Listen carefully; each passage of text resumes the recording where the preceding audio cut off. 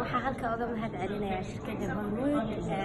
shaqada u hayso dadka ummadda Soomaaliyeed gobolada oo dhan adigoo Puntland jooga adigoo jooga Muqdisho aad wada xiriiri kartaan lacagaha isugu diri kartaan aad ba shirkadda Hormuud ugu mahad celinaya waa mahadsantahay shaqada aad waddanka u haysaa Hormuud waa meesha kaliya ee mataqaana anoo joogo Australia adduunyada salkeeda aan kala xiriiro dadkayga iyo asxaabta iyo waddanka iyo dalka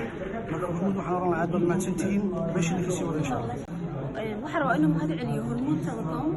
shaqada ay isgaarsiinta waddanka u hayso because of hadda anoo inta joogo telefonkeeda isticmaalaya isla ku hadlaya isla wax kale laga helayo ma jiro taas aad ugu mahad celinaya inuu ku faraxsanahay inaan taas ka helno assalaamu calaykum waraxmatullaahi wabarakaatuh waxaan u mahad celinayaa Hormuud Telecom Soomaaliyeed hooyada isgaarsiinta waddanka waxyaabo badan ay ka qabatay dad badan ay taakuleysay waa ugu mahad celinaynaa garab istaaga markasta u sameyso dadka Soomaaliyeed لأنتم Soomaaliyeed heerka ma soo gaari lahayn ugu mahad celinaynaa mar labaad iyo mar saddexaad